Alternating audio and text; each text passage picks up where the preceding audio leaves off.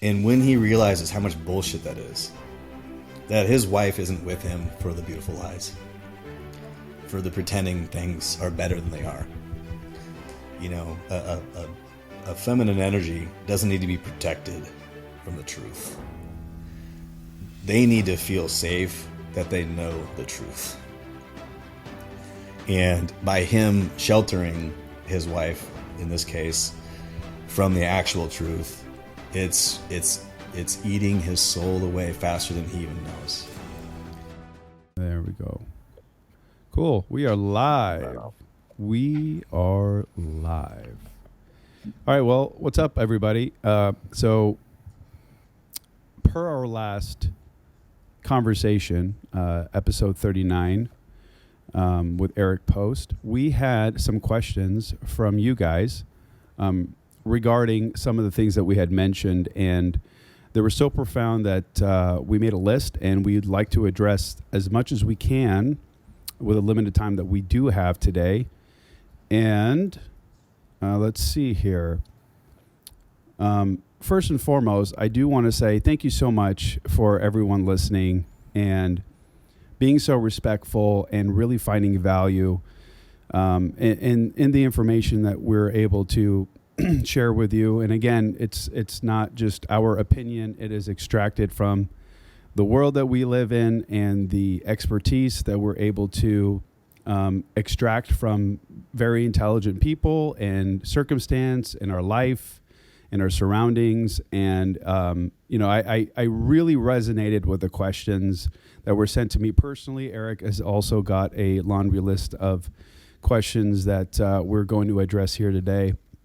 But I'm not going to name any names, but I do want to say I'm going to start off with the most difficult one, at least for me, that really resonated with me. And it was by a gentleman. And he says, it was a question directed to you, Eric, which was, hey, I'm 27 years old. I had a successful business for the last 3 years. COVID hit, and I adapted, but I am barely scraping by now, and I have lost all my faith in my abilities. Any advice? And I will say that I kind of paraphrased it a little bit, but he is newly married, has a newborn baby. I think she's 3 months old now. And he's panicking. Like, he's constantly panicking. He just says that, like, you can hear the panic in his words, like, as you're reading them. And so I feel like this person is in a position right now where he feels lost, confused, and he has the weight of the world on his shoulders, and it's just pressing down on him every single day. And I think it's going to get to a point where he feels like he just can't get out of the situation that he's in. So if you'd like me to read that again, I can, Eric. Otherwise, feel free to start the question. I got it. This is... So first of all, my heart hurts a little bit. I was in this same spot. When you've ever heard me say the date, May 16th, 2008, I was this guy. Like, literally, it was in this exact position, but it wasn't COVID. It was the real estate crash. And, I had multiple real estate offices. I had multiple real estate brokerages. I had multiple real estate holdings, both commercial and residential. I had hundreds of real estate agents and mortgage brokers working for me. I had staffing. I had, I forget how many thousands upon thousands of Class A office space I was responsible for. And when the faucet shut off from the market, I realized that I was still operating underneath the same rules that got me to that level of success, but the rules had changed. And I had this intense identity crisis, meaning I was wondering if all of my success was a product of luck or just a good market. And now, my flaws or my gaps of my skill sets were being exposed, when the market changed. And it was that date when I realized that all of your best thinking gets you to where you are. So if you don't like that place, they need all new thinking. And that's where I think this guy is right now at 27 years old. I was about, not that much older than him. Here's the thing I will tell you, that all of the success that he had in these 3 years, I think he said, leading up to when COVID hit, have to be forgotten about. all of the skills that he had, all of the even the market that he was serving. I don't know what businesses. Did he mention what business he was in, by the way?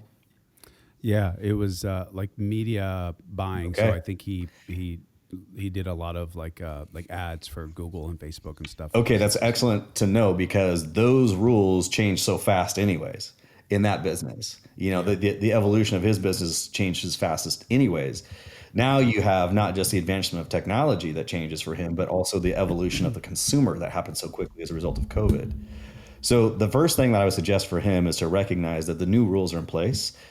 Don't equate to him having the right skill set or the wrong skill set. He just first has to recognize what are the new rules.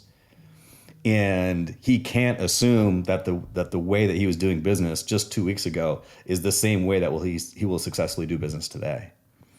And unless he sits down and really reevaluates who the customer is, how they're consuming his product, the value proposition to his clients, and actually understanding the business that he's in, he won't have any success. He will continue just to scrape by and make it. And I'll tell him this.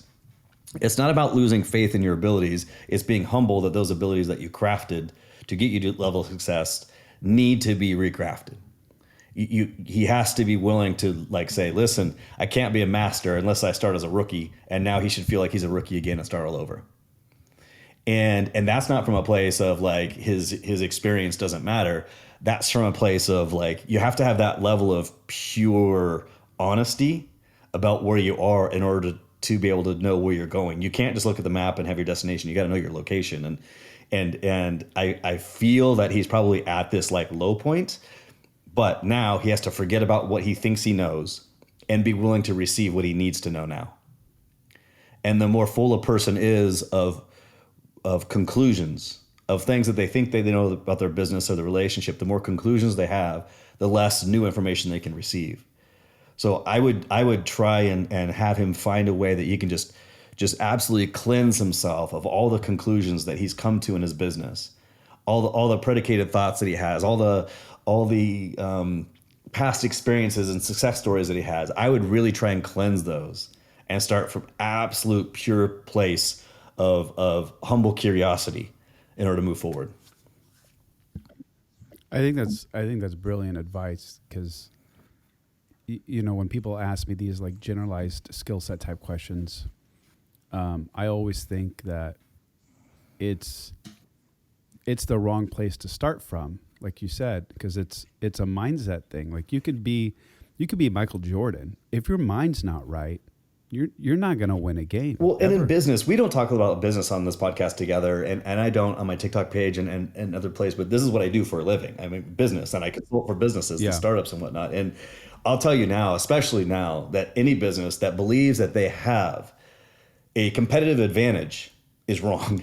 Their product is not a competitive advantage. Their intellectual property is not a competitive advantage. Their website is not a competitive advantage. Even their team is not a competitive advantage because every single one of those things is like an arms race, and the competitor can outpace them at some point in time. They can even hire their team away from them, right? They can come up with a new IP. They can come up with a better website that just gets better traffic.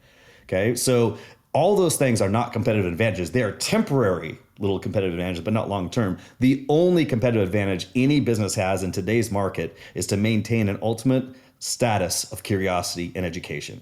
That is the competitive advantage that a business has. Can you expand on that? Can you expand on that? What do you mean by an ultimate curiosity? So education? What I mean by that is constantly reevaluating the quote business that they're in. In business, they call it pivoting all the time, right? Or I'm not talking about that because pivots come as a result of taking a misstep. That's just a little corporate way of suggesting we screwed up and now we're going to fix our shit. What I'm talking about is before that. What I'm talking about is constantly asking yourself the question, what business am I actually in? So for instance, I'll give you a personal example just to highlight this with my restaurant here, this Jewel restaurant, right? Once COVID hit, we went from basically running our restaurant like a nutritional business. And that's what gave it success. I wasn't running it like a restaurant because restaurants have high failure rates, especially in this market. So I ran it like a nutrition business. It was taking off, great. And then COVID hit, right? So instead of us running it like a nutrition business, now to the general public, Mo, everybody just looks at it like a restaurant. So I'm not talking about your public messaging and your public marketing. I'm talking about your internal understanding of the business that you're actually in.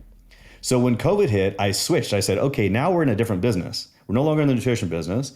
We're going to be in the business of making people feel better about themselves, having come in contact with our brand or a company than they would have if they didn't in their day. So I was just in the business of making people feel better about themselves. So we changed our scripting. We changed a little message on the receipt. We changed our packaging. We changed our social media marketing. Because in that era of COVID, when COVID hit, and everyone's like, oh, so dark and worried and frustrated, I knew the best gift we can give a client isn't just the healthy food. It's actually making them feel better about themselves, right? So from the compliments to the way that we approach the customer, we got into the business of making people feel better about themselves. We just happen to serve food, right? And so that weathered us through the storm, and we actually increased sales. Okay, when restaurants were shutting down, we increased sales because I understood the business we needed to be in to be successful and flourish during that time. And that's what this guy is talking about now, especially in the social media buying age. Okay, these new platforms that are picking up, and we got a transition going from Web 2.0 to Web 3.0. We got the metaverse on the horizon. We got NFTs that are cracking. Like his whole entire world is about ready to change. So I would, if I were him, really consider asking the question and diving deep into what business are you actually in, and then recognizing that competitive advantage is for him to stay thirsty as hell, curious as hell, and constantly being willing to be humble and not compete for the business. Not to get his customers to agree with him or to disagree with him, but to get every single one of his customers to say, I never thought about that before. Tell me more. That's how he's going to be successful right now, especially in that market. It's not to get people to agree or disagree, because then become indifferent. Is to get people to say, oh my gosh, I'd never thought about that way. Tell me more. And if he can get to that place and get a customer to react to him that way, he'll crush it. That's brilliant. I mean, that's something that everyone can apply to their business. And I want to give you a little bit of a shout out here, because again, we haven't really addressed business. I have had business addressed in various episodes with different people, but just so everybody knows, like, Eric Post is like, I don't know how to explain it. He's the true definition of what an entrepreneur is. And to me, an entrepreneur is someone who is a creator. You remember we talked about this. Yeah. Who creates and actually leaves an impact on the world, and isn't in it specifically for financial gain, but really to make the world a little bit better than he left it. And I think he really epitomizes that foundational understanding. And so he's coming from a place of like tactical knowledge and like been in the trenches, hasn't been doing this for what, 3 decades? I mean, how long? I guess I started picking berries when I was 12 years old. So I've been working my whole life. And some of it was because of necessity, and others because of just like, well, you need to have a mission, you need to have a sense of value and contribution. And my contribution comes as a result of wanting to like do things for other people.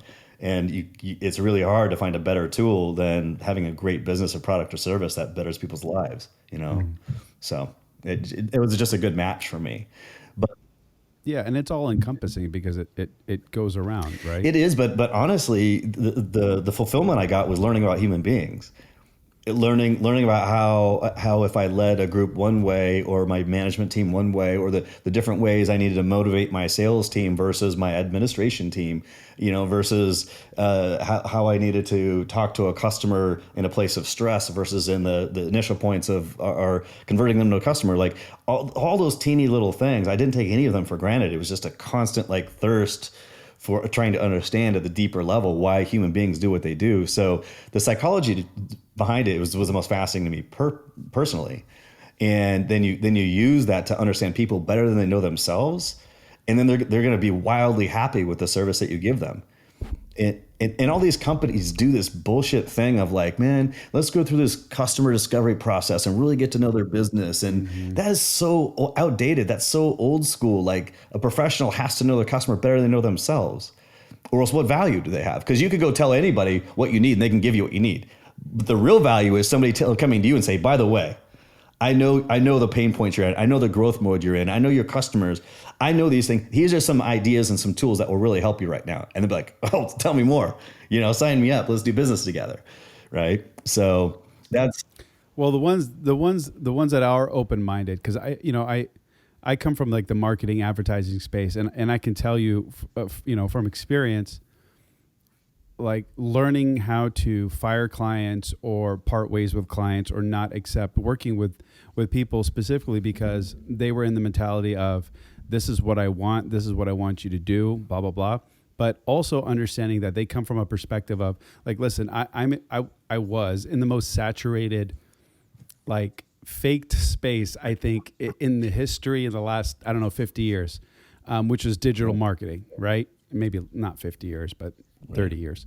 But because a lot of these guys, especially in the last decade, would come out and I'm an agency owner. I run a social media marketing agency. And all it was guys that have gotten templates from other guys that say that work, and it's like a carbon copy. All they do is fill in the blank, and then they sell it to a small business owner who's riding on you, by the way, who only has $2,500 a month to spend in advertising in hopes that they get a return on that investment within 30 days, 45 days, 90 days, whatever the case may be. And it was such a struggle because their perception of what the industry was very distasteful. And so you had to but you had to understand their mindset and the frame of mind that they were in to understand their behavior. And it was like you said, like you really appreciated the psychology of human behavior.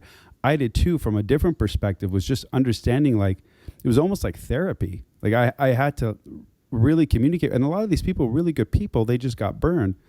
And I'm learning along the way. I'm not perfect. Not everything's going to be exactly what I say it's going to be. Deadlines aren't going to be missed maybe, or, projections aren't going to be, exactly what I said they were. And that was another thing, is like projections in the marketing space is bupkis, especially if it's content based and brand based versus like, direct marketing, which is, sales, cost per acquisition, blah, blah, blah, blah, blah. So I get it. And it's the one thing that actually led me away from the industry was human behavior, because the thing that I'm so passionate about has nothing to do with it. And it's a prime example as to why I want to do what I do. Anyways, I don't want to get into that, but I just think that what you shared was so critical. And to go back to the question, just to circle back, it is the mindset. And if I was 27, if I was this guy and I had to start all over again, that would be the mentality that I would have to adopt, is I'm starting from scratch. What am I selling? What industry am I in? Am I selling anything? Am I creating something? Like, I would literally sit down and like meditate on this until it just clicked with me, because that's a really tough thing to have to, first of all, swallow. Well, the good thing is, right? Because you've already had a winning product. You had a winning service. You had a winning company, and it was providing, he was doing six figures monthly. So to go from that to nothing, which in his respect is nothing, that's a hard pill to swallow, especially like you only were at it. You only found success for three short years, but you've been working at it for a decade. Like, you know what I mean? And I know you understand. I'm glad you pointed that out, because first of all, at 27, he's got a ton of time, but it's not about that. He could experience the same thing at 60, but I would actually share his journey with his customers. There's this whole bullshit thing of fake it till you make it, and you got to pretend to be this, success. And there's an element that success attracts success, but more than that, people actually really are attracted to humility. And because with humility, there becomes a sense of like trust. That if this person can show me kind of, open the kimono and show me behind the scenes and show me all the things, then I know that person has a lot of good intent to always do the right thing, even when they screw up. And I think that one of the things in this marketplace is just this humility of sharing the successes just as much as sharing the losses. And those lessons that come with the losses could actually be more beneficial to his clients than the successes. So I would suggest that he also be very honest with his clients, or honest with where he's at in the failures, and kind of share that journey of this either retooling or this relearning, because that's the same thing a lot of his clients are going to have to go through right now. And yeah, you mentioned something about humility, and I was listening to a podcast where they were dissecting this. I forget which one, but the guy looked it up because I think he's a sales guy, and I'm trying to find it. Oh yeah. So he looked up the definition of humility or being humble, and it was a modest or low view of one's own importance. And I thought that was interesting, because that's not how I perceive it. So I did a little bit of digging, And this is what I found. The definition of humility is the freedom from pride or arrogance, the quality or state of being humble, accepted the honor or the ordeal that is taught. And I think what humility is. I think it's freedom from pride and arrogance. It's not a low view of one's self-importance. I don't think that at all. I think that's a completely different definition, a completely different meaning, because to be humble is to be prideless, in my opinion. And pride has been the thing personally that held me back for quite some time. And I saw it do the same thing to many people that were near and dear to me, all because we were too prideful to admit that we need help, or that we were defeated, or that we can't figure out what it is that we're supposed to figure out. And you break down. I mean, I think that's the stigma behind masculinity and men. And that's a whole nother topic, but like, that's part of the whole thing, is like, you can't come out and actually say, hey, I don't know what to do. I have a whole family that I have to feed, and I'm stuck, and I need help.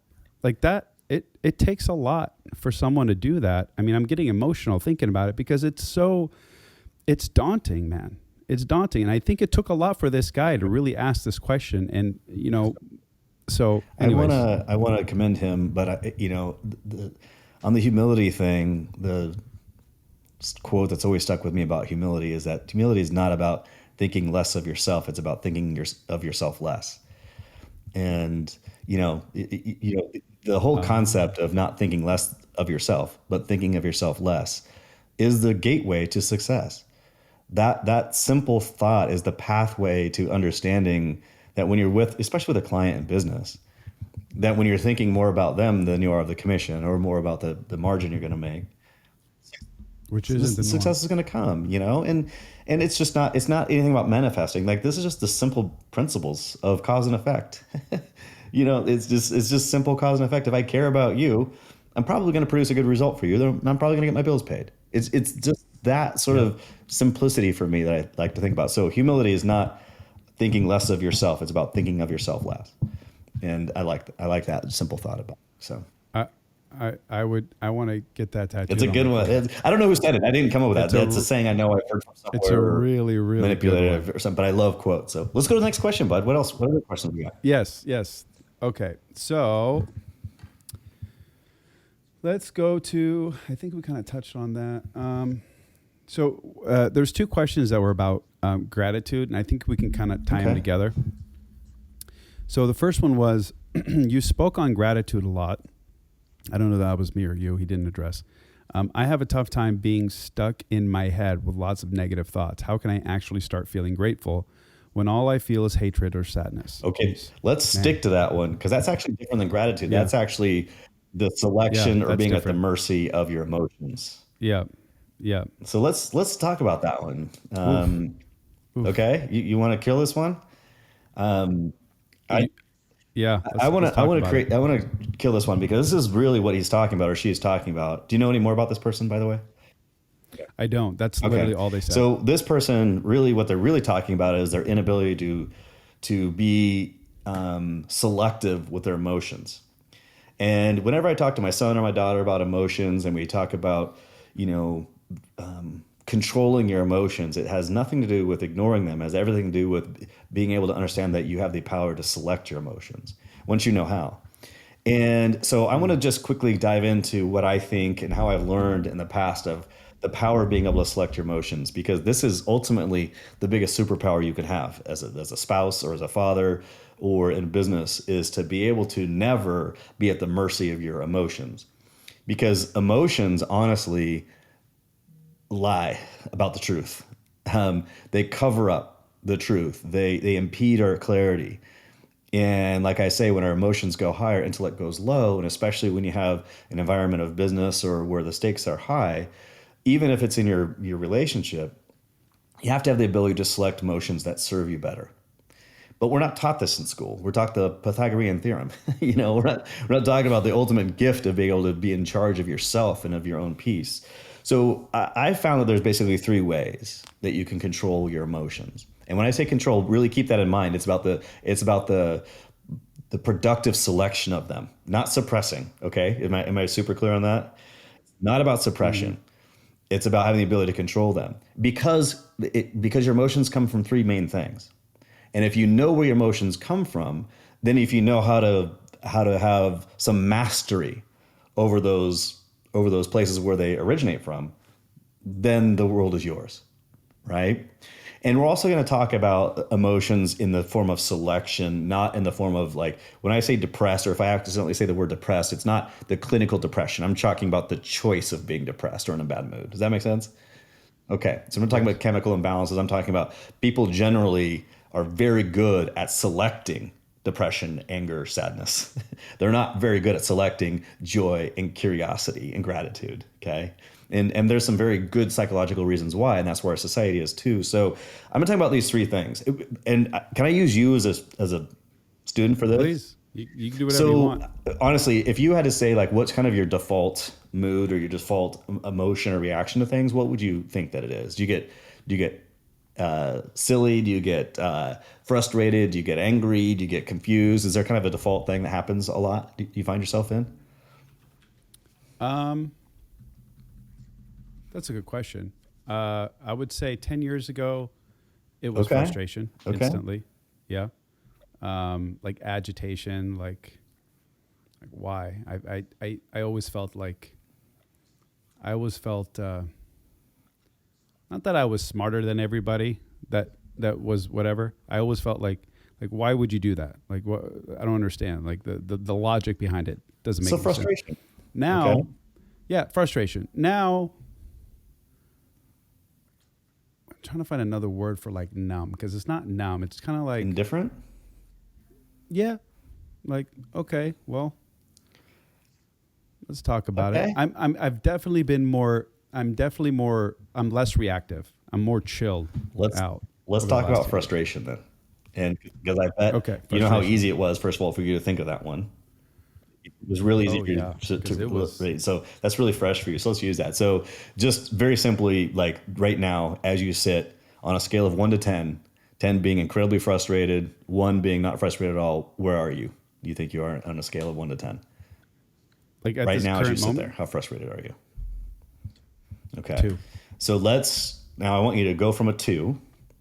I want you to take yourself to a 5. I want you to like think about something right now that's either going on or was recently happening, or what would have to happen. We'd have to have a tech glitch, or, kid walk into your office, interrupt you. It's like something to take you to a 5. Like what would have to happen to get you to a 5? Just think about it right now and tell me when you think you can get to a 5 level of frustration right now. Okay. I'm there. So now tell me, like, keep thinking about those things, and now take yourself to like a 7 or 8.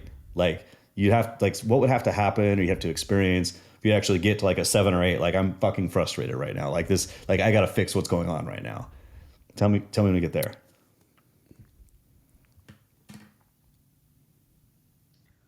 Yeah, I'm creeping up. I mean, and only I could say that because I have something that is of urgency, actually, that I've been putting and off. So you're frustrated thinking about it, right?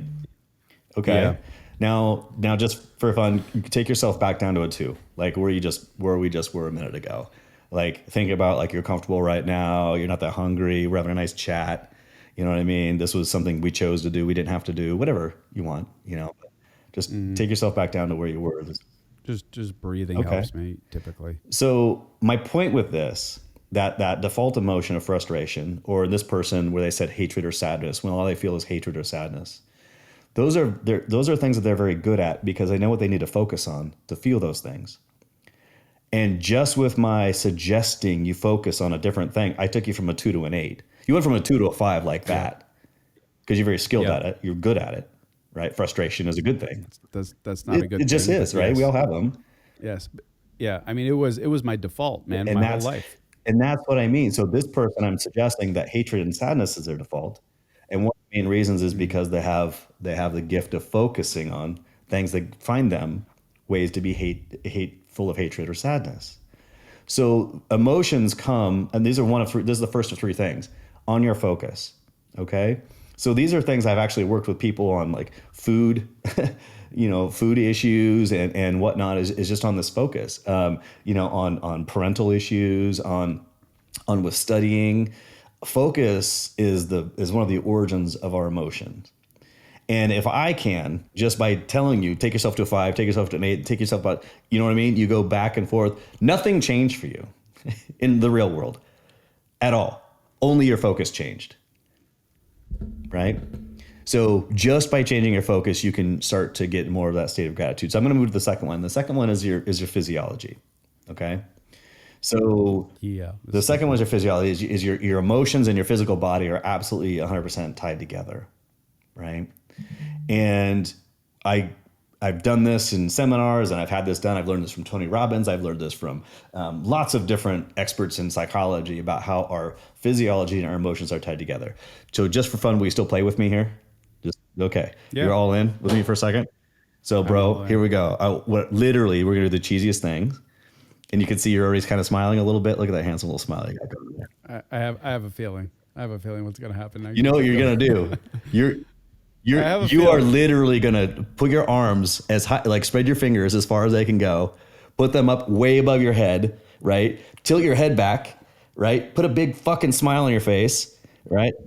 And now I want you to get depressed. You can't. You're like, dude, what am I doing? You can't. You couldn't stop from smiling. I just started to mention to move your body, to move your arms a little bit, and your emotions change, your state changes. So our emotional state and our bodies are absolutely connected. So people that are, depressed chronically, I can watch them and they have physical cues, maybe the way they rub their fingers, or maybe the way they cross their arms, they put their head or they put it to the side, or they start rubbing their neck when they get really pissed off or angry, or those things. They have these physical cues that are attached to their emotional states of their default. So when you get frustrated, I bet there's a way that you either sit or stand, or you breathe, or you moan, or you. My breathing gets heavy, typically. And you'll find that almost every negative emotion, whether that's anger, frustration, sadness, your breathing gets more shallow. And with almost every positive emotion, joy, elation, curiosity, love, horniness, all of them, your breathing gets more full and deeper, just with your breath. Mm-hmm. So almost every positive is full breaths. Almost every negative is shallow breaths, right? Would you guess almost every negative is more closed down body? Almost every positive is open body, right? Absolutely. Head up versus head down. I mean, all these physical cues are directly tied. So going back to this question, this sadness and hatred, I bet that there's physical cues that help keep them there in these states of sadness and hatred over the other.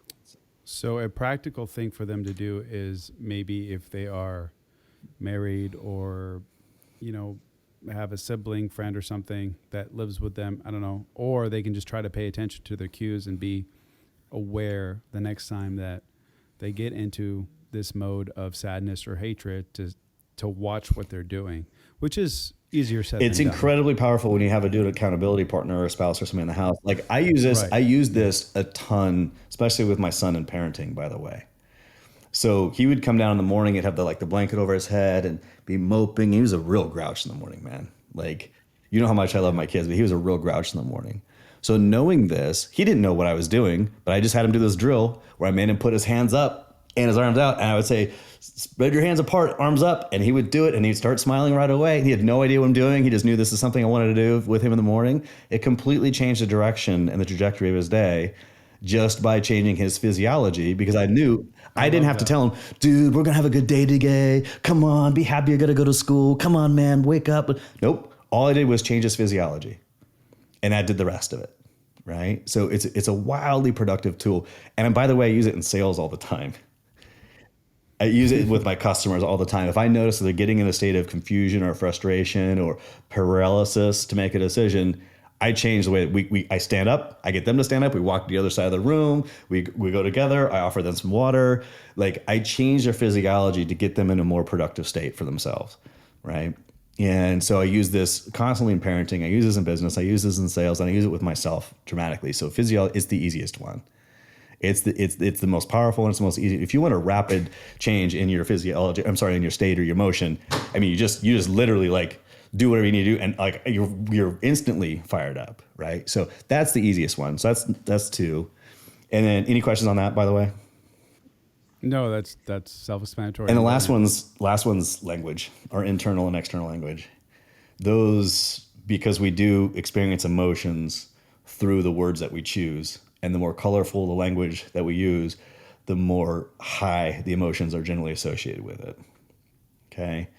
So for instance, if this person's like, they get sad or angry because of something going on at work, if they say, fuck, it was just a disaster what happened at work today. And I'm exhausted from dealing with these crazy clients. And you know what I mean? Like, if your words are very inflammatory and very colorful, that's different than, man, I could just use a nap. You know, like, just is today was a little bit inconvenient, but you know, I'll get a nap and I'll feel better. That's way different than I'm exhausted and it was a disaster and devastating, right? So, Right. and I'm not just talking about the words outside. I'm talking about the loops that we have of our stories inside. You know, these loops of, why does this always happen to me, and why are they always saying this, and why can't I get any good customers, and you know, why is the governor always picking on restaurants, whatever. You know, this looping like stories that we have. All those words are probably not serving them. So if he can just be very, very cognizant of the words that he's using, what his physiology is doing, and then what he's focusing on, then he can absolutely master his emotions. And it's not about gratitude or anger. It's about all of them. Yeah, because it's normal to feel anger and it's normal to feel frustrated. Might even be productive. It's just, But are you letting it control you, or are you controlling it? it's being indulgent with them.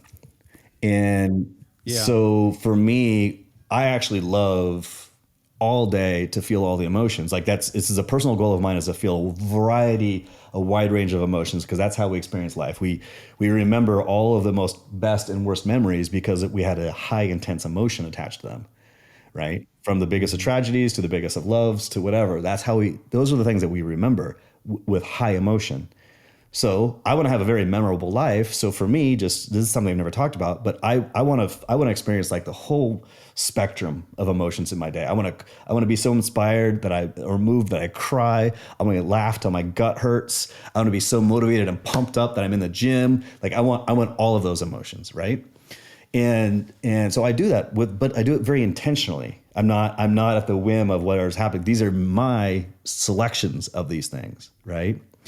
And so they're not to be numb. They're just to be explored and enjoyed. But if you hold on to any of them for too long, it's indulgent. Even the good ones, it's indulgent. And then you stop being productive, and you start probably being authentic with them and real with them. So anyways, let's go to the next one. Which actually it leads to the next one, which was about gratitude. And oh man, I'm so excited to talk about this one. But the question was, journaling has never worked for me, but I want to be in a state of gratitude. Can you expand more on this? And okay. Yeah, I know you would like it. So I don't know if you follow a gentleman by the name of Dr. Andrew Huberman. And I've been following him for a while now. And he actually just did a podcast episode about the best gratitude practices. Now he's a neurobiologist at the Stanford School of Medicine. Brilliant guy, really simplifies the science behind everything, and most of it is what has to do with the brain. And they did a test essentially, and I'm just going to dive right in there, where just writing things that you're grateful for, it was like, I don't know how many participants, like 1,700. Oh no, here it is. Hang on, 50,000. That it didn't work because the stimuli wasn't there because of this. I don't want to get too much in depth because I don't want to take it away from him, but because we talked about how I've been doing like a gratitude journal forever, and I feel like it's primed my brain, but there's actual science to it now that proves that you have to be in an optimal state of mind to be able to feel the gratitude. Otherwise, it just feels fake. And I forgot to mention last time to you that part of my morning routine, the thing that I either do yoga nidra or some form of binaural beat, like when I wake up, and it primes my brain waves. So I'm already like in a state of mind of receiving gratitude, right? Because I hacked it. I hacked my brain essentially. Another thing that gets me in that mode is music, depending on like what I want to listen to. And I'll give you a great example. You ever you work out and you forget your headphones, and so you're listening to the music in the gym. It's like, oh my God, like I have no motivation, I have no energy, or whatever. But but let's say you're in the gym, you've got your own music, you got your playlist, and then that one song comes on, and you're about to do your most intense, squat, for example, right? Your set, and you're just like, yeah, I'm amped up, I'm pumped, I'm ready to go, and all of that neural drive just freaking comes in like a wave, and you just destroy that set, or that race, or that sprint, or whatever the case it is, right? It's having that what's the word I'm looking for? It's being primed in essence, right? To activate something. For training, it's neural drive.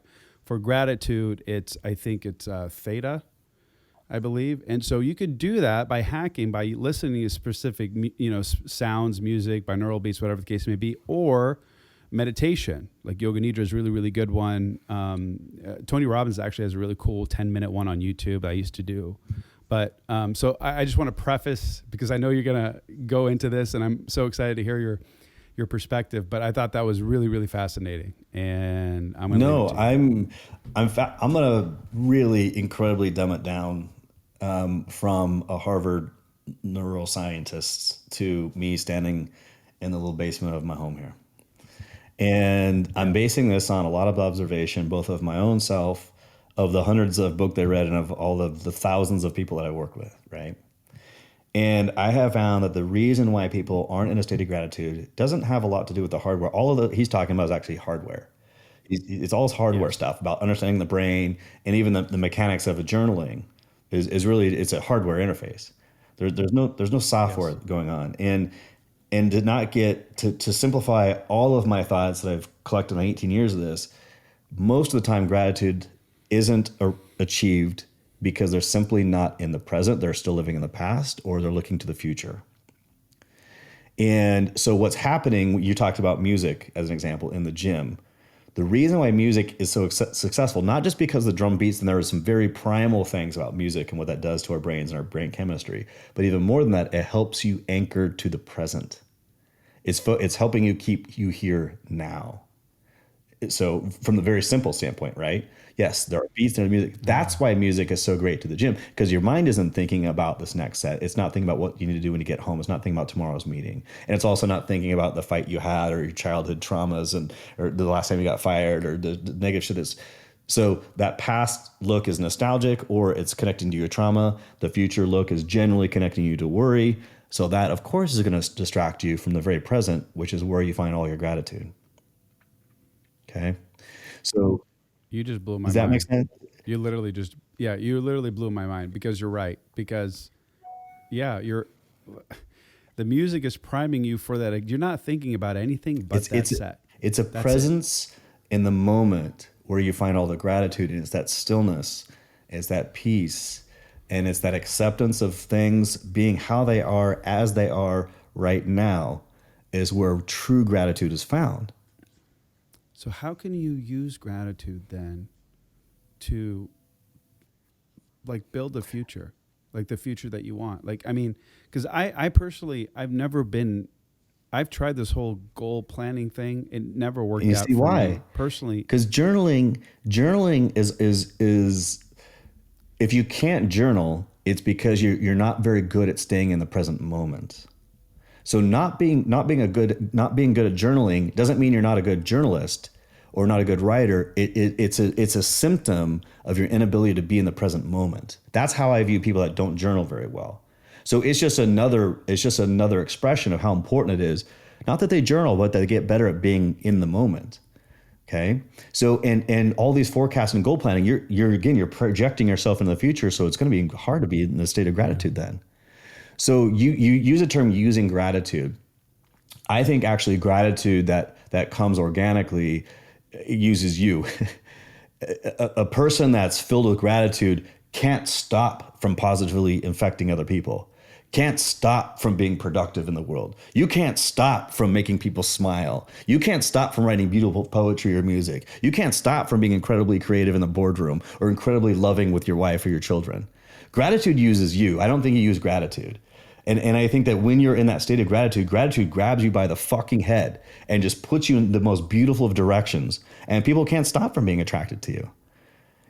Let's say you have two business people, to be pragmatic for a second, and you have one they're both really great at sales. They both have a great product, but one just is naturally grateful for things.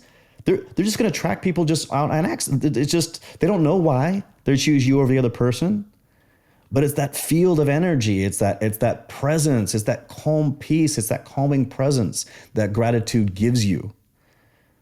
So that's how I look at gratitude. It's either the ability or the inability to be present in the moment and accepting for things exactly as they are. Sorry to interrupt, because I'm so like, I'm learning from you right now. So what about when? Because like the whole thing with writing things down, like this is hardware, right? They say that it activates both the right and the left side, the hemisphere of the brain, and so that it's instead of just like speaking it out loud, writing it down, it's like it's almost like you're ingraining it onto your brain, and you're creating this neural pathway, so that over time it becomes real. Because they did this. I don't want to get into too scientific, but there's not a big difference between what's real and what's not real. There's nothing. If it's in your mind, there's no difference, right? There isn't, because if you think you're depressed, you're depressed. True. If you think you're happy, you're happy. If you believe that you live a rich and wealth life, like a life of abundance, I'm not saying financial, I'm just saying a life full of abundance, then that's who you are, and that's your personification to the world. That, you know what I mean? So then, that being said, then is there a practical application to writing things down? I'm curious. Yeah, there is. And again, I'm going to give you my opinion here, not to be controversial against all these other gurus. I just have to suggest that those things that you're writing down are incredibly disingenuous. They are at their core. They are. Other than the things that the things that you're grateful for, like today. Like I was, because at the end of the day, I do a grateful thing with my daughters. I'm like, well, you're great. I just do one. Like, what's one thing you're grateful for? And they'll tell me, and then I'll share the thing I was grateful for. And that's more genuine than me writing it down, because as I've been doing this for a decade longer, and as I'm writing it down, like I'm grateful for this podcast, whatever the case may be. Like, it's not real, but I try to get into a state of mind of it being real.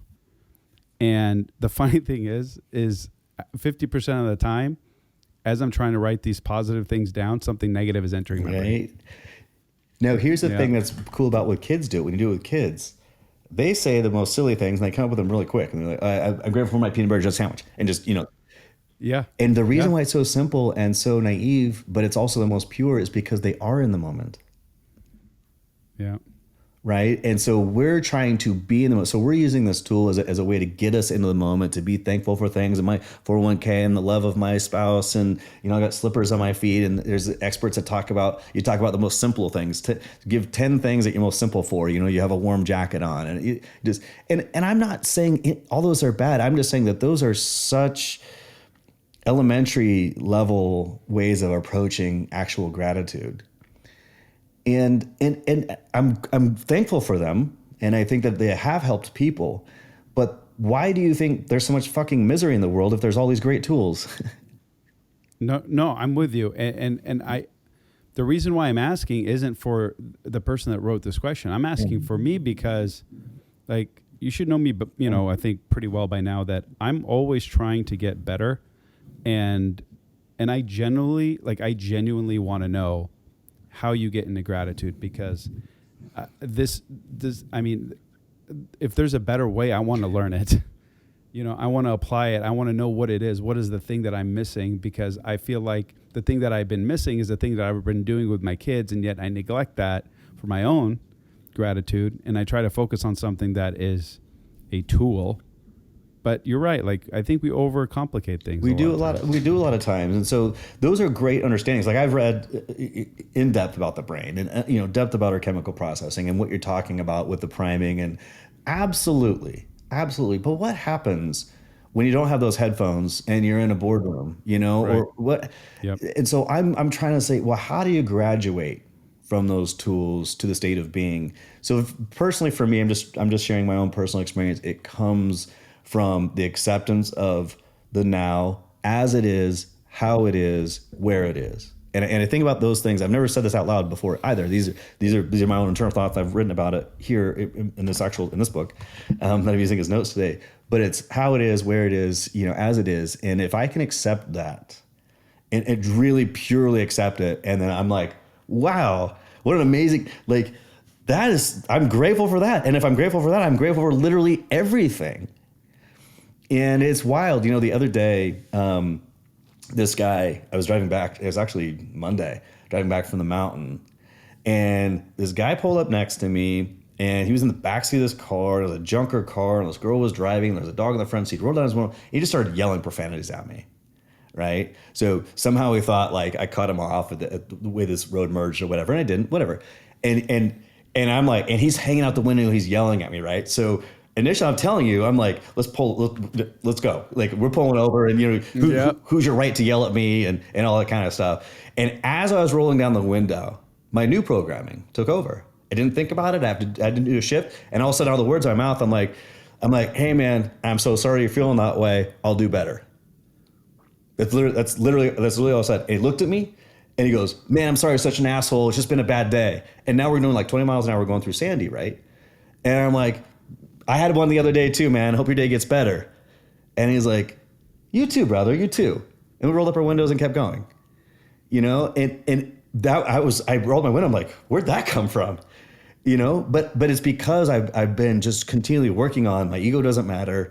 He's in some sort of pain. He's just taking it out on me in the moment. Maybe I cut him off. Maybe I didn't. I doubt it. That doesn't matter. That's irrelevant. The way he feels about it is what's relevant at the time. Let me just not make it any bigger deal. It's not about me. And it just diffused it instantly. That's such a great way. I'm not patting myself. That's just such a great way to be. And I didn't have any anger. I didn't have any frustration. I was just great. I was like, man, that was amazing. And just kept going, And so that's just that constant practice of not needing things to be any different than they are. The constant practice of not putting my fingerprints on every situation. The situation can just be with or without me. It's that level of humility, that like not thinking less. I feel like I have skills, right? But I just don't think about myself a lot. And I was thinking about that man in that moment. The old me, I would have thought about myself, and I would have puffed my chest, and we would have pulled over, right? Stupid. What was the thing you just said where you said not everything has to, where you put your thumb on something, you don't always have to have your 2 cents. Like, I don't always have to put my fingerprints on everything, because I think, if you, especially you're in a social situation, you hear people, talk and they share stories, and then it starts to become this one-up game, like, oh, I did this vacation. The next person's like, I did this vacation, and oh, my kid's so smart. Yeah, my kid made varsity. And there's this constant thing to put your ego into the mix somehow, or share your story, or make sure that people understand that you understand them because you've also been through something similar or whatever. And instead of that, I just find myself, well, tell me more about your son. Tell me. I'm guilty of doing that with my wife, and it's caused problems in the past and recent past. And I acknowledge it within 30 seconds of me saying it. And I'm like, fuck. Oh yeah, me too, man. I still do all this stuff. But it's having that hyper awareness that makes you, so you used to maybe go 3 days, and then 30 minutes, now you're at 30 seconds. It's pretty good, So I'd like to avoid it all. That would be good. It's not. Yeah, well, you're still that. human, and I'm still human. And maybe the next time somebody yells at me, I might yell back. I don't know, but I doubt it. And as each day goes on, I get more and more at peace with not needing to have my finger. Yeah, and it's not like every scenario is going to be exactly like that. I mean, you could have done the same thing, and that guy could have been a jerk, and still, but you would have kept your new programming But I think ultimately, like, would depend whatever faith you believe in, doesn't matter. But ultimately, you are extending out an energy into the universe. Totally. In my opinion, I really do. That is actual science. And it's circling, it's going around. And if all you're emitting is toxicity, negativity, like just like the worst things all the time. Not saying not to expose those emotions and those things, but if that is your primary directive, right, your default, then like you get more of it. And that's where like positivity and affirmations and gratitude first started for me. Was if all I'm doing is telling myself negatively these things, then I'm eventually going to believe those things. If I think that I suck and I can't do this and I'm terrible at that, then, you know, like I must believe those things because my life is a representation of it. You know, I do think we don't need any more positive people in the world. I think positivity is actually overrated. I've come to believe. I agree. I was just using it. Fair enough. And so and now you see like my need to hammer out the nuances, because I don't want to take just things for granted. And I think that part of where mediocrity comes from is from not challenging those little things, little sayings, little phrases. Yeah. And then they build, and then that's a slippery slope, right? So, even the power of positivity is quite a bit of bullshit to me. It's very practical and pragmatic. It's just very shallow, and so. Well, it's also disingenuous. It can be. I just think right now the world just need leaders. I'm just so focused on trying to empower people to find their personal power, to think for themselves, how they need to think for themselves, and be autonomous in so many different ways. And so, I don't want to go on that tangent right now because that's a whole nother podcast, my friend. But I think we hit that one. I think let's go to the next one. You got another one, right? One more? Yeah, let's see. Okay. This is the long-winded one, and this was another big one. So I don't share anything with my wife anymore because I'm ashamed of how things have gotten financially. I used to work for a large firm. I don't know what kind of firm. And was very successful, making high six-figure income, while currently I am struggling. I don't need skills. I need work. I need to believe in myself, but I just can't do it. I lie to my wife about money because it's terrifying to tell the truth. I am in debt, missing deadlines for bills. I'm so royally fucked. I don't know what to do anymore. I'm almost going to start getting emotional with that one. Yeah. All right.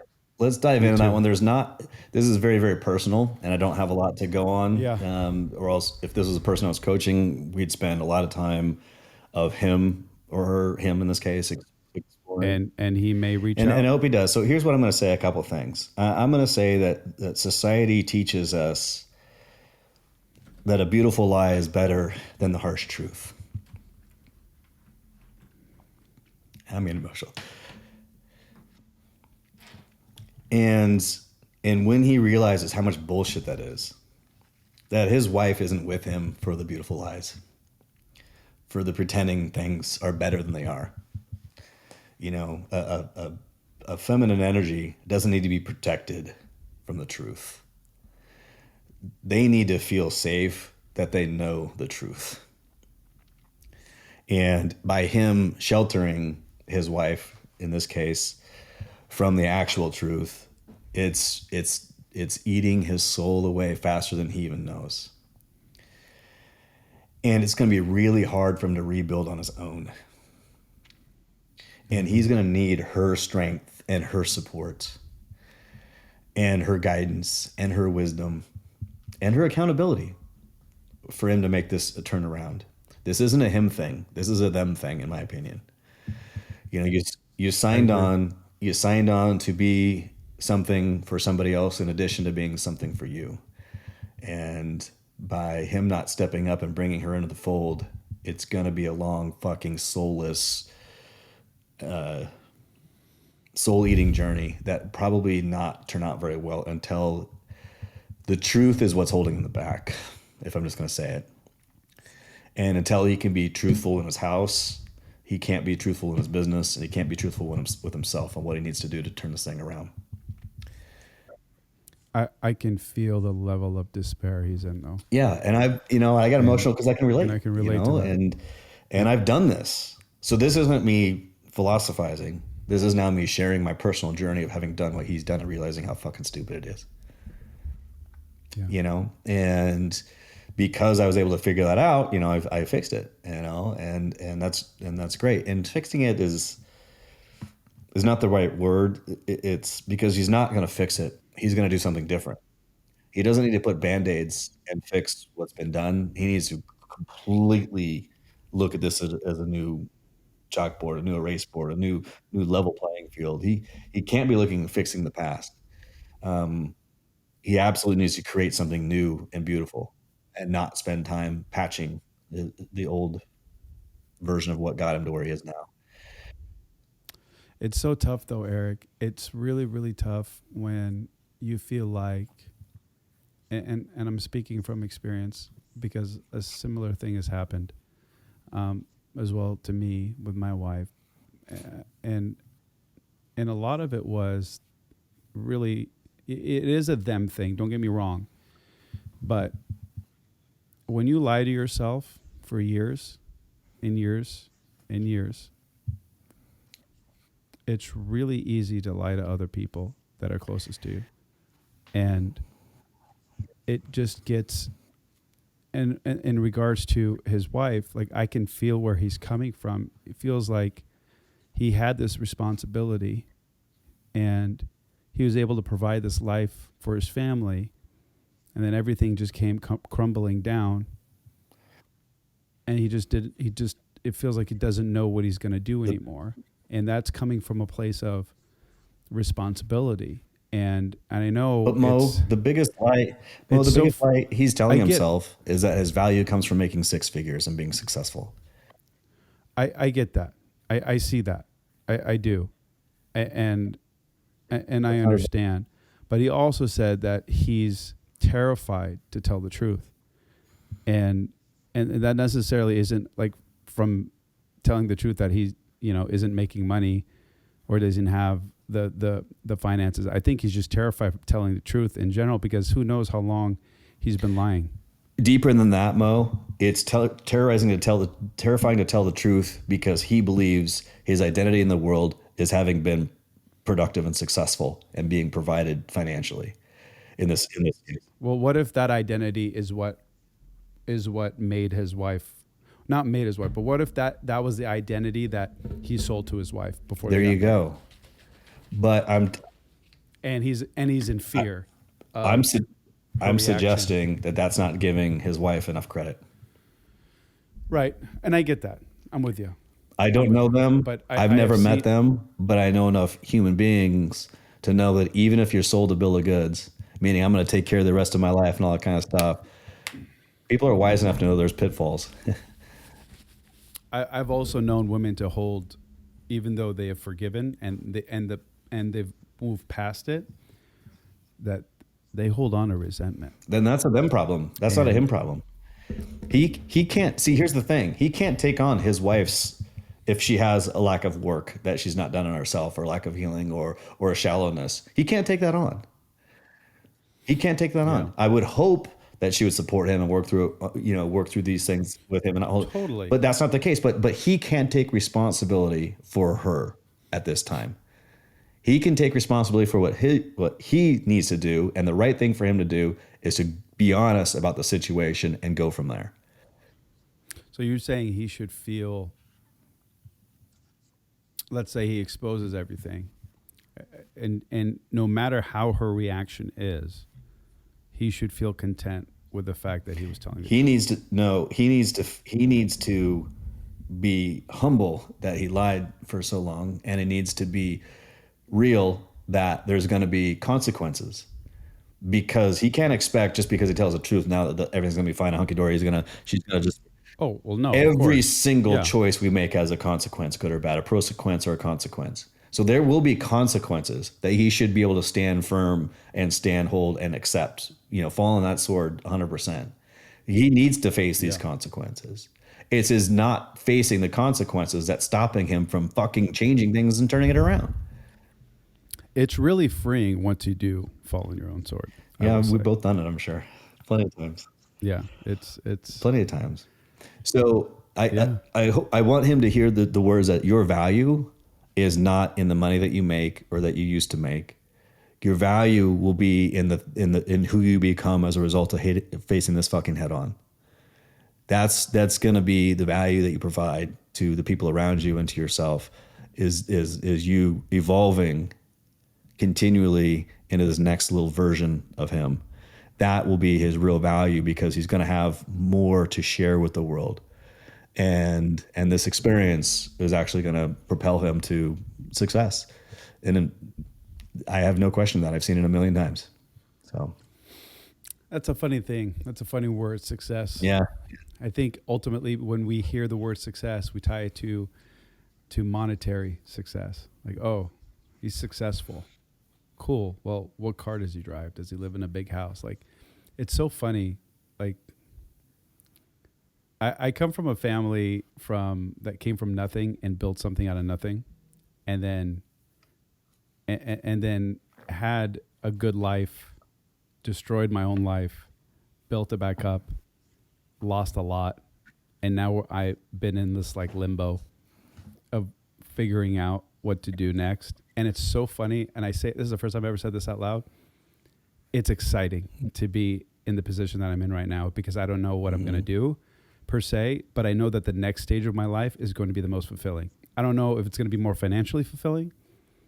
I know that my family's going to be taken care of and they're going to have opportunities and whatever, but it's crazy to think about things in like in forms of like levels and stages and things like that, because what you used to find, what you used to hold dear, and what you used to put on a pedestal is no longer the case. Like I find more respect in someone who has completely removed all materialism and became a monk and found true fulfillment and sharing joy and happiness with the world, versus someone that is miserable, lives in a high tower, and has more money than God. Like, you know what I mean?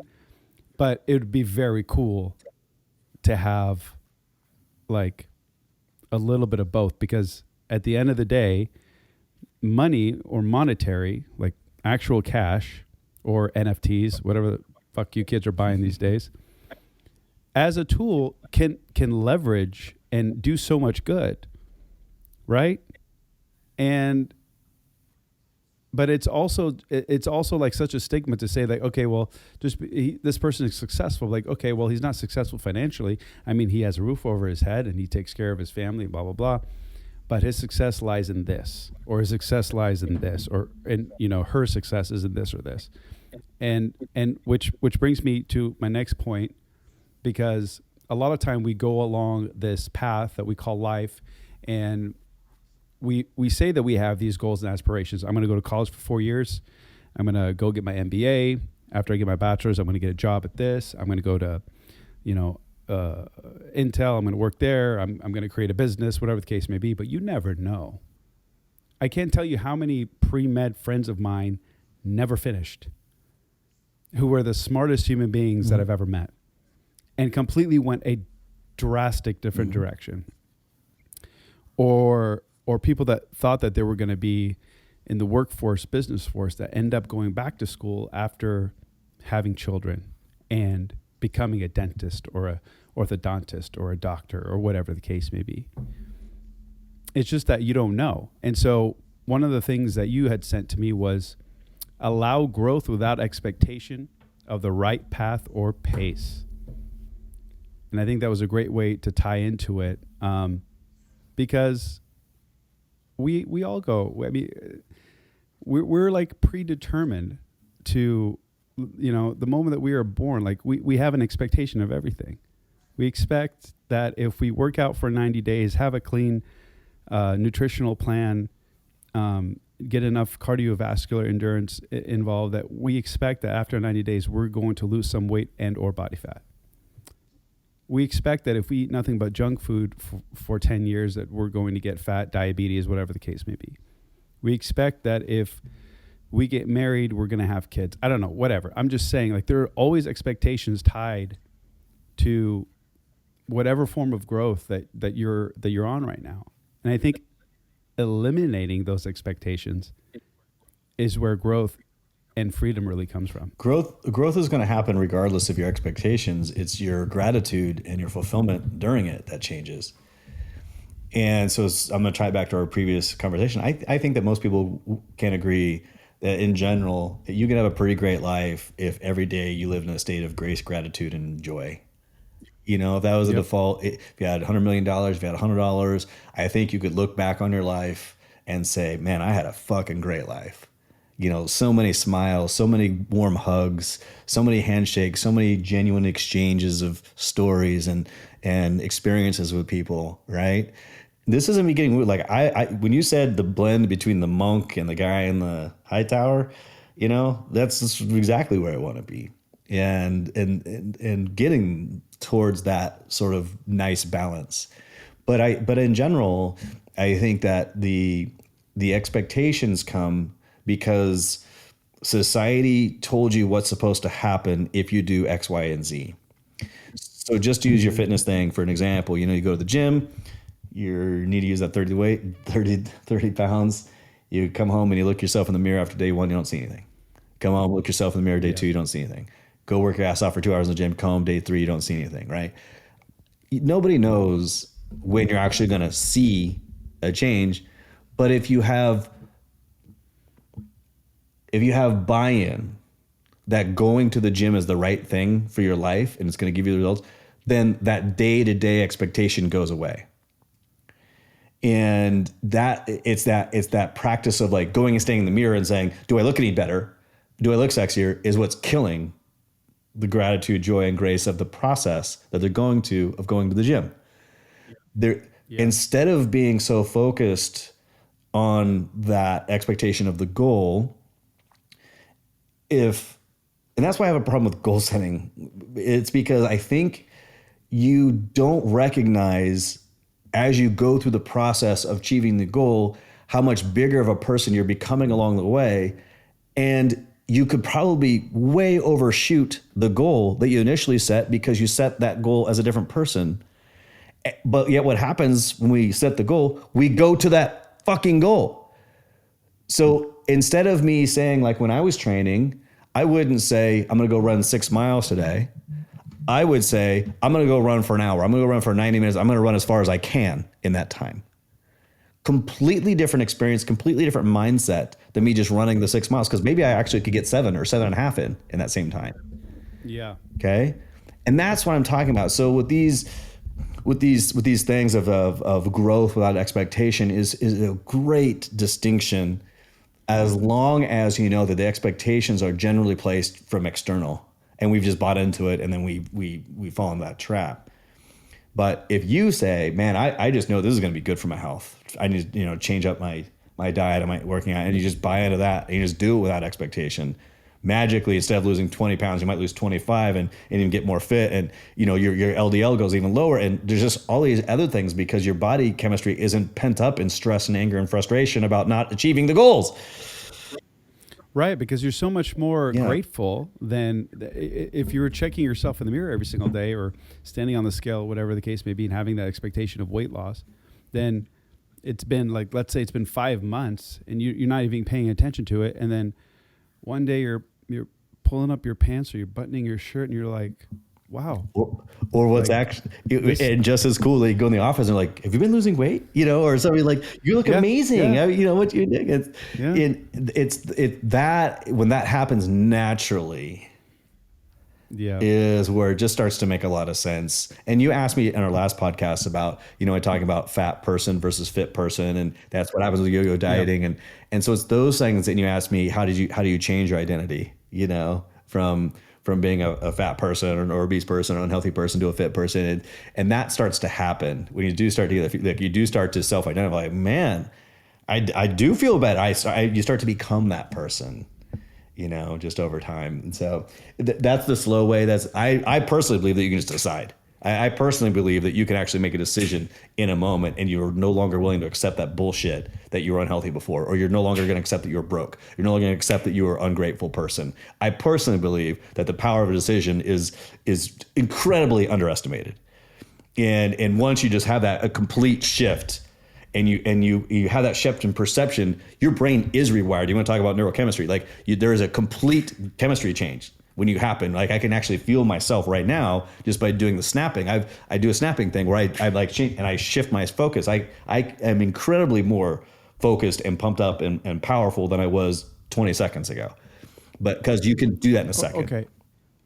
Yeah, I need you to teach this. So one of my favorite quotes, I'm a big Will Smith fan. Sure. Yeah. For everybody that's out there.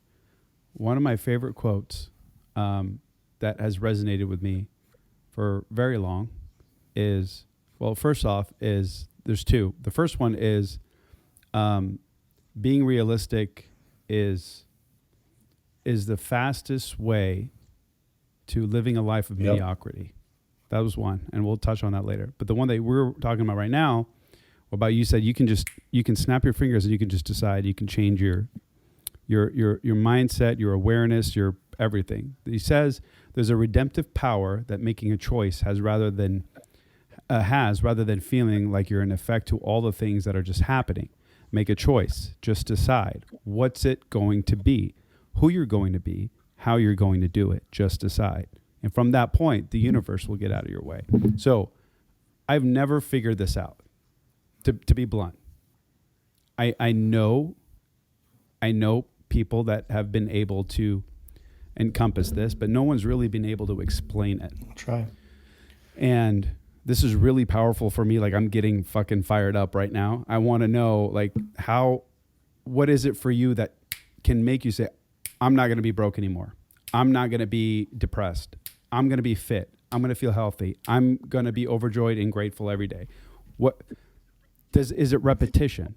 Is it a one-time thing? What can I do practically for everybody listening and for myself? Because I learn every time I talk to you, I learn something, multitudes of things. What can I, how it's do I do absolutely a practice, but it can be one thing. And what it essentially is to, again, let me get grossly simplified here, and then we can expand as you think is important. So the fear of the unknown is always greater than the fear of the known. And even in you're incredibly uncomfortable with, you got bills stacking up and they're unpaid, or, you even got a report from the doctor that you might have a heart attack if you don't lose 20 pounds, right? Like that is still a known factor. That's your current existence. You know what that pain feels like, that you know what that feels like. The fear of what the unknown is what keeps people where they are. And until the pain of your current circumstance becomes more than the pain of changing, you won't make any choices. So until that fear of the future pain is less than the pain of the current, you'll stay in your situation. But until you realize that my pain now is greater than any possible unknown pain, then you make a change. Okay? Because that's the only pain that's real. And so if you've all of a sudden now come to the conclusion, like, and for me, it's finding leverage over myself. So for me, I find leverage in my kids, right? So sometimes you'll do a lot more for others than you'll do for yourself. So you can trick your brain a little bit by finding leverage. And I do something what's called future casting. If I really want to create some motivation to make a change right now, I'll keep going out and playing out all the way till what's written on my gravestone, the worst possible scenario if I don't make this change, if I don't make this decision. And I'll make myself get like incredibly, like I can see my children at my gravesite written on the headstone that he was too scared to do this because of this ego they had in the way. And I'm like, I don't want that. There's no fucking way I'm going to let that happen, right? So I can instantly say, fuck that right now. I'm going to make this change because that thing that I created that can be very real, very powerful, is no way going to happen on my watch. No way. So that's what I mean about the pain. So that pain that I forecasted myself starts to become massive. And that would happen if I did not make the change. So now making the change is a lot less painful. I'm going to make that change right now. Did you follow me on that? Yeah. So you're trying to make the pain that you are currently in so dramatic, so real, so over the top, just cannot handle it. Like it's one one moment away from Absolutely. killing you. Absolutely. Or killing people that I love, right? Or stealing their Yeah. joy, their future, Yeah. their fortune, Yeah. And if I can, I can do that. I'm literally thinking about that. and you can run that out, man, because truly, if you don't make a change in your health or you stay broke or whatever, like you run that out, it's really not a good way to look at your future. Okay, so what happens when you've made that conscious decision? So, like, Then what? you really feel it. You've gone to that point. Like, Then you I'm have not to make doing this. one immediate action towards it. Like one thing, make that one phone call, buy that one book, schedule that one webinar, make that one phone call, Got it. tell your wife the one thing, buy the membership to the gym, right? But one thing right now, right as you make the decision, because there is tons of studies that go on to what procrastination does to achieving your goals, right? So so now you got to inject momentum. So you go from, I'm not quite sure, I don't know, I'm unsure, to painting this painful path if you don't make a choice, to now making the choice, and then you immediately inject momentum towards your goal by doing one thing right now. And it could be very simple. Like I said, it could be going to Amazon and buying the book. But it needs to be something right now projects you towards that goal immediately. That's momentum. It's funny. It's funny that you Why? say that. Because I share this commonality with a dear friend that pointed out to me, and it sounds very similar. So I've built numerous businesses in the past, and I've been part of some, and it's like where subconsciously I would get to a point where I was actually comfortable. And so what my brain does is it decides that it wants to burn it all to the ground so that my back can be against the wall so that I can build it all over. You see what you did? You future casted, but you did in real life. In real life. Yeah. I've done it too. Yeah. It's like I have to be in that mindset of like, well, it's all fucking gone to hell now. So I'm comfortable in that I was, and it's taken some time to move away from that. But that's funny that you say that. Can I tell you why? That's Tie this all together, dude. Being comfortable in chaos is what really most people are good at. Because if things are organized and loving and healthy, that means you got to be in that moment right now, and we're not good at that. And so it's really easy to create chaos because then we don't have to be still. We don't have to appreciate things as they are, or how they are. Like then you're in that like fight or flight mode. And there are all sorts of studies what happens to our body in fight or flight mode, both to our immunity system and our neural pathway. Like the fight or flight mode is a big thing, and we're always in fight or flight mode. And you just developed the really easy muscle of being in the fight mode. Yeah, but it was never good. Like it wasn't. I mean, good in the sense that like it's one thing if I was by myself. Yeah, but like it served you. It served you. It did. And I'm not saying they're all in positive ways. Yeah, I mean, sure. You know why I'm saying this for a fact? Because if it didn't, you wouldn't have done it. We only do things that serve us, but they could be done in positive ways or negative ways, like we've talked about in other podcasts. Right. But I also look back, I'm like, well, if I didn't do that during those times, like where would I be now? And I hate those feelings and I hate those questions. So stop doing those. I hate regret. I know. So it did for a time. I felt bad, especially the last one that happened a few years ago. Because you involve your family and like it's like they shouldn't be involved in your chaos, your tornado of freaking chaos.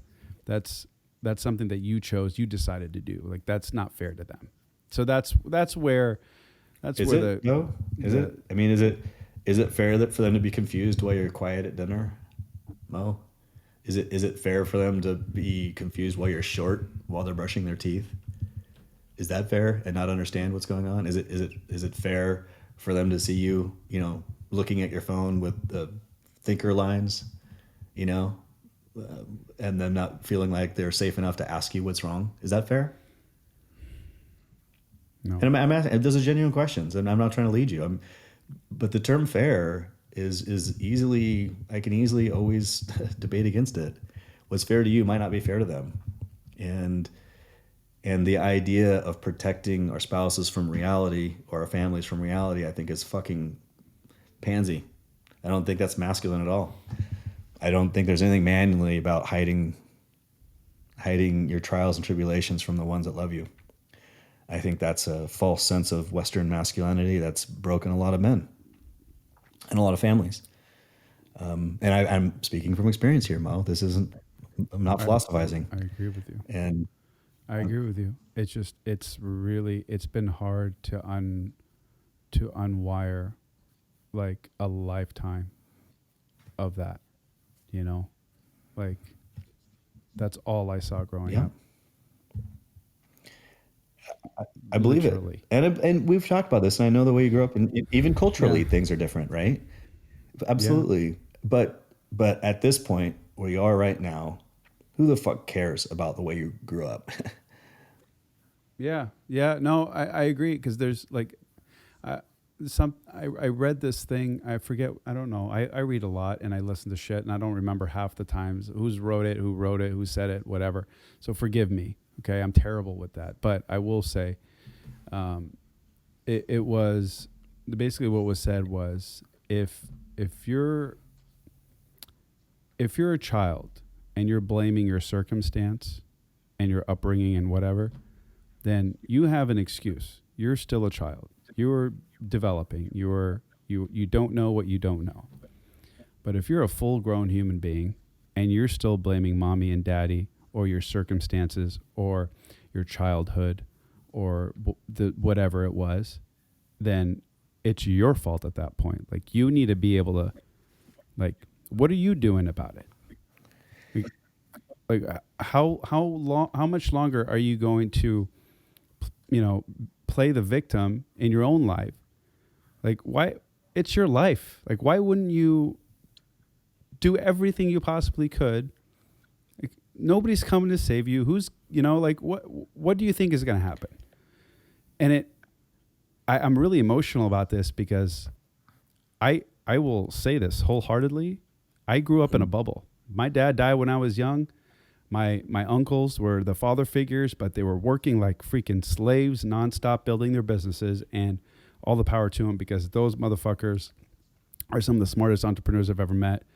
And their definition of family and the love of family and all of that, I take to heart, and I've learned that so well from them. But my mom was so overbearing. I love her to death. She's the strongest woman I know, but she was so overbearing, and sorry, Mom, I love you.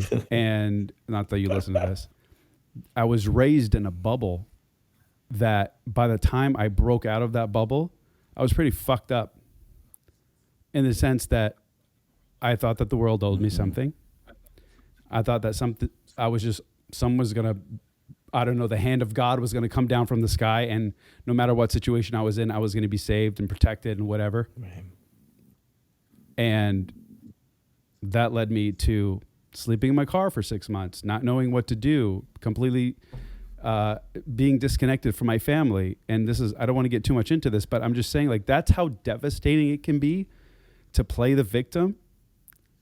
And that's minor. Like, I can give you examples, and there are plenty of real world examples of people that have had far severe, far more dire scenarios and situations all across, the world. I'm not saying that, oh, woe is me, look at me, my story, blah, boo-hoo. I don't give a fuck. All I'm saying is that it is so detrimental to you if you continue to blame something other than yourself and not take full accountability for the life that you live today. If you're not in a position where you're not happy and you're not where you want to be, then good. You have a fucking baseline to go off of. Make something of yourself, whatever that is. If you're just, I don't care. And I'm saying this because I'm saying it to myself as I'm saying it to you, because it's just, I need to hear this as much as you maybe need to hear this. as a I reminder. knew everything I Anyways, was hearing was self-talk, and I loved it, and that's why I didn't want to interrupt at all. People say the things to themselves that they need to hear sometimes if you have the guts to say them. yeah, Everything that you talked about all goes back to the basic premise that our childhoods aren't our fault and aren't our yeah, responsibility, but the traumas as a result are, right? yeah, Those are the things that we can do something yeah. about. And everybody, I don't care, how good or bad your childhood was. You come the things that you didn't learn or you did learn as a kid comes out and is generally expressed in somewhat in a negative way in your life. And whether it was entitlement, because things were spoon fed to some people, or whether it was a Mm-hmm. constant state of starvation in every sense, both literal and figural sense, from being poor. And therefore you're living in that constant state of survival mode, and it's hard to flourish in that mode too. So, those traumas or those things, those personality traits that were given to us, those are our responsibility. Now, the challenge is our society doesn't necessarily reward healing. No. And we are in a society where people with big problems are supported and revered and loved after, and people that are successful and happy get stones thrown at them. That's our society, right? Because they profit from you being sick, and I mean that figuratively and literally. Not even that, but just the culture. Yes, that's true in that category. I'm talking about like Yeah, more of in a that category. Yeah, macro yeah. societal thing that people don't generally hover around the water cooler at work and talk about what an amazing, uplifting, successful person is. They sit around, they bitch about This other is huge. people. That's what I'm Or them, or or themselves, themselves. or their That's circumstances. what I'm talking about. That is the cultural problem. So my point is that the reason why a lot of these traumas and triggers and stuff don't get fixed is because you're generally not rewarded by society for fixing them. You do get rewarded at an individual level because you have a great relationship with your spouse or your kids, or you do. But on a macro level, the more healed you are, the more lonely you become, right? Yeah. The more joyous and happy people look around like, what the fuck is he so happy about? Why is she always smiling? Like, why aren't they miserable like us Yeah. and have, tired at night and why aren't they binge watching the same shows? What this person's crazy. They get up at 4 a.m. and go running. What the fuck's wrong with her? Right? Yeah. That's what happens. So that really healed, successful, happy person ends up needing to be okay with some sort of isolation or a smaller tribe. That's going to be the result of it. And that needs to be okay. That needs to be accepted. Or else you'll burn it down to get the accolades and feel, like you're part of something again eventually. So I think that's I would brilliant. just caution you on that. That's the negative side product of being wildly peaceful is not a lot of other people are. But it's also like once you've achieved that peace and you truly are at peace, most of the time that negativity from the macro level doesn't It's really not the negativity, it's more of the yearning that like the it, congratulatory. it's like this. It's like this hole where there's no elevation, there's no status, there's no it's a yearn it's I see what you're there's saying. nothing like that. It's just more of this. I hate seeing people in pain, or frustrated or confused or brokenhearted. I genuinely hate people not understanding why they're broke, not claiming their own personal power. I hate seeing it, but that's my ego talking because I can't fix it, right? But what I can continually do is try to learn from it. And the more I learn from it, the better I can be for myself. And the better I can be for myself, the better I can be for all those around me. So Well, you may not be able to fix it, Eric, but you can influence it indirectly. you can influence indirectly in a way that is healthy because there are you'll find that we talked a little about the guru space. So many people Oh yeah. become gurus because they're so fucking broken inside. So they fix Yeah. themselves by trying to fix other people. You watch a person lose 100 pounds, all of a sudden what they sign up and they become a fitness expert and they start selling the product right? I Okay. know. So but they're still because they're still healing. And so the way they're healing is by fixing all these other people. So I'm not talking about that. That's actually a very productive way of being significant. Okay. But when that goes away and that becomes your only source of identity, it's just as unhealthy. It's like it's the fat person all of a sudden becomes a bodybuilder. Now they're obsessed with the gym. They were obsessed with food before. Now they're obsessed with the gym. It's a replacement of obsession. They just replaced it with a healthier obsession. But they need to dig deeper and find why are they obsessed? What's the need to have so much significance that you're now needed to have the biggest biceps in the gym where before you wanted to eat the most pizza with your friends or drink the most beer. And now you can squat the most. It's still a need for significance by your peers, and that's the real toxic thing Yeah. in general. Yeah. But dude, we crushed those questions. I hope for the people that asked them. Did. I've never done a Q&A sort of podcast before, so anyways, Mo, I think that by people thinking enough of themselves to pose a question is a beautiful thing. That is a real beautiful thing that people are like in a place to ask questions. So please ask any more questions. Anybody that listens to this podcast, be happy to field them. You can follow me on TikTok if you want. Follow Mo there. But I'm happy to do any more live Q&As or recorded Q&As like this for sure, because I would rather do these actually, Mo, than just philosophize about things. And I'm down for that. So many people are in a specific place, but they're not alone. There's millions of others in the same place. So, the more real questions, the better. And you did a great job today. And I'm humbled that you asked me to come on and talk to some of your subscribers. So thanks, brother.